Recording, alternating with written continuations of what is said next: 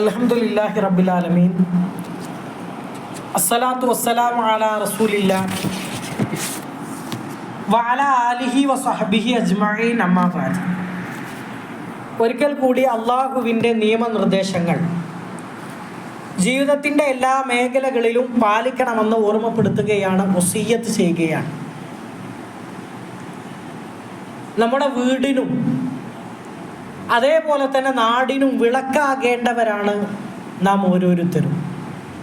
സ്വന്തത്തിനും അതേപോലെ തന്നെ നമ്മുടെ സമൂഹത്തിനും ഉപകാരപ്രദമായ രൂപത്തിൽ ജീവിക്കാൻ നമുക്ക് സാധിക്കണം. അപ്രകാരം വ്യക്തിയെയും സമൂഹത്തെയും നശിപ്പിക്കുന്ന വളരെ വലിയ ഒരു വിപത്താണ് മദ്യവും ലഹരിയും എന്നുള്ളത്. കഴിഞ്ഞ ദിവസം വരെ പത്രമാധ്യമങ്ങളിൽ നിങ്ങൾ വായിച്ചിട്ടുണ്ടാകും, നമ്മുടെ അടുത്ത പ്രദേശമായ തൃശ്ശൂരിൽ മദ്യപിച്ച് ലോറി ഓടിച്ച ഒരാൾ ഉറങ്ങിക്കിടന്ന 5 ആളുകളുടെ ശരീരത്തിലേക്ക് വാഹനം ഇടിച്ചു കയറി അങ്ങനെ 5ഓളം ആളുകൾ മരണപ്പെട്ട ഒരു വാർത്ത നമ്മൾ ഈ അടുത്ത കാലത്ത് വായിച്ചതാണ്. അതിൽ ആ ഡ്രൈവർ പറയുന്നത്, ഞാൻ മദ്യപിച്ചിരുന്നു, 20 സെക്കൻഡ് ഞാനൊന്ന് മയങ്ങിപ്പോയി എന്നുള്ളതാണ്. ആ ലഹരി എന്നുള്ളത് 5 ആളുകളുടെ ജീവനാണ് എടുത്തിട്ടുള്ളത്. പരിശുദ്ധ ഇസ്ലാം ലഹരി വസ്തുക്കൾ ഉപയോഗിക്കുന്നത് അത് എത്ര ചെറുതാണെങ്കിലും ലഹരിയുടെ ഉപയോഗം അതിലേറ്റവും അപകടകരമായതാണ് മദ്യപാനം എന്നുള്ളത്. ആ ലഹരിയുടെ ഉപയോഗം എന്ന് പറഞ്ഞാൽ അതിനെ ഹറാമാക്കിയ, നിഷിദ്ധമാക്കിയ മതമാണ് പരിശുദ്ധ ഇസ്ലാം എന്നുള്ളത്. റസൂലുള്ളാഹി സ്വല്ലല്ലാഹു അലൈഹി വസല്ലം ഹദീസുകളിലൂടെ നമ്മെ പഠിപ്പിക്കുകയുണ്ടായി, ഇജ്തനിബു അൽ ഖംറ, മദ്യത്തെ നിങ്ങൾ ഒഴിവാക്കുക, നിങ്ങളുടെ ജീവിതത്തിലേക്ക് അതിനെ കൊണ്ടുവരരുത്. ഫഇന്നഹാ ഉമ്മുൽ ഖബായിസ്, അത് എല്ലാ തിന്മകളുടെയും, ഈ ലോകത്തുള്ള ഏതൊക്കെ പാപങ്ങളുണ്ടോ അതിൻ്റെയൊക്കെ മാതാവാണ്, അതിൻ്റെ പ്രധാനപ്പെട്ട കാരണമാണ് മദ്യം എന്നുള്ളത്. അതുകൊണ്ട് നിങ്ങൾ അതിലേക്ക് അടുക്കരുത്, നിങ്ങളുടെ ജീവിതത്തിലേക്ക് കൊണ്ടുവരരുത് എന്ന് റസൂലുള്ളാഹി സ്വല്ലല്ലാഹു അലൈഹി വസല്ലം നമ്മെ പഠിപ്പിക്കുകയുണ്ടായി. ലഹരി ഉണ്ടാക്കുന്ന എല്ലാ കാര്യങ്ങളും ഇസ്ലാം നിരോധിച്ചു. കുല്ലു മുസ്കിരിൻ ഖംറുൻ, ലഹരി ഉണ്ടാക്കുന്നതെല്ലാം മദ്യമാണ്.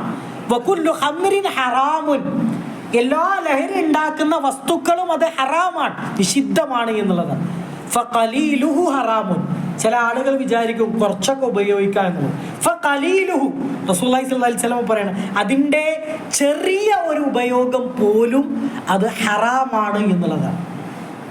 പല ആളുകളും ചുണ്ടിൽ വെക്കുന്ന ആളുകളുണ്ട്, വലിക്കുന്ന ആളുകളുണ്ട്, പുകവലിക്കുന്ന ആളുകളുണ്ട്. നമ്മൾ സിഗരറ്റ് വാങ്ങുന്ന ആ ബോക്സിൽ തന്നെ ഉണ്ടാകും ഇത് ക്യാൻസറിന് ഇടയാക്കും. അതേപോലെ തന്നെ ഇതിൽ ലഹരിയുണ്ട് എന്നുള്ളത്. ഇത്തരത്തിലുള്ള ലഹരി വസ്തുക്കൾ നമ്മൾ ഉപയോഗിക്കുമ്പോൾ വലിയ വലിയ മാറാ രോഗങ്ങൾക്ക് നമ്മൾ അടിമപ്പെടും. നമ്മുടെ ശ്വാസകോശത്തിനും തൊണ്ടക്കും നമ്മുടെ വായക്കുമെല്ലാം ക്യാൻസർ വരും. അതുപോലെ തന്നെ അതിൽ ഒരു നന്മയുമില്ല എന്നാണ് മഹാനായ ഉസ്മാൻ റളിയല്ലാഹു അൻഹു ഉദ്ധരിക്കുന്ന ഒരു ഹദീസിൽ നമുക്ക് കാണുവാൻ സാധിക്കും. ഒരു ഭക്തനായ ഒരാളെ ഒരു സ്ത്രീ കബളിപ്പിച്ചുകൊണ്ട് തൻ്റെ വീട്ടിലേക്ക് കൊണ്ടുവന്നു. എന്നിട്ട് അയാളെ ഭീഷണിപ്പെടുത്തുകയാണ്. 3 തിന്മകളുണ്ട്, ഒന്ന് മദ്യപാനം, അല്ലെങ്കിൽ കൊലപാതകം, അല്ലെങ്കിൽ വ്യഭിചാരം. ഇതിൽ 3ൽ ഏതെങ്കിലും ഒന്ന് ചെയ്യാതെ താങ്കൾക്ക് ഇവിടുന്ന് പോകാൻ കഴിയുകയില്ല. അങ്ങനെ അയാൾ കൂട്ടത്തിൽ ഇങ്ങനെ നോക്കിയപ്പോൾ നിസാരാണ് എന്ന് തോന്നിയ മദ്യം അയാൾ കഴിച്ചു. പിന്നീട് ആ 3 തിന്മകളും വലിയ പാപങ്ങളും അയാൾ ചെയ്തു എന്നുള്ളതാണ്. ഒരാൾ മദ്യം എന്ന ലഹരി അല്ലെങ്കിൽ ലഹരി വസ്തുക്കൾ ഉപയോഗിക്കുമ്പോൾ പലതരത്തിലുള്ള തിന്മകളിലേക്ക് അയാൾ അകപ്പെടും എന്നാണ്. അത് ലഭിക്കാതെ വരുമ്പോൾ അവൻ്റെ ജീവിതത്തിൽ പലതരത്തിലുള്ള വിഭ്രാന്തികൾ അവൻ സൃഷ്ടിക്കും. കുടുംബക്കാരായ ആളുകൾ വെറുക്കും, നമ്മുടെ കുടുംബങ്ങൾ അതോടുകൂടി തകർന്നു പോകുന്നു.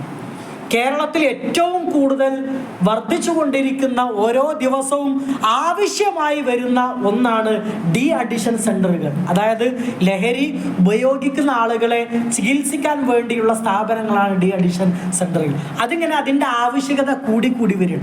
നമ്മുടെ മുസ്ലിം തറവാട്ടുകളിൽ പോലും, മുസ്ലിം കുടുംബങ്ങളിൽ പോലും ചില ആളുകൾ ലഹരി വസ്തുക്കൾക്ക് അടിമപ്പെട്ട് സ്വന്തം ജീവിതത്തെ തന്നെ നശിപ്പിക്കുന്ന ഒരുപാട് ആളുകൾ നമുക്ക് കാണുവാൻ സാധിക്കും.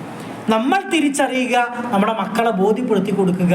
ലഹരി എന്നുള്ളത് നമ്മുടെ ജീവിതത്തിലേക്ക് അതിൻ്റെ ഒരു ചെറിയ അംശം പോലും കടന്നു വന്നാൽ അത് നമ്മുടെ ജീവിതത്തെ തന്നെ, നമ്മുടെ ആയുസ്സിനെ തന്നെ നശിപ്പിച്ച് കളയുന്നതാണ് എന്ന ഒരു തിരിച്ചറിവ് നമ്മുടെ എല്ലാ ആളുകളിലും ഉണ്ടാകണം.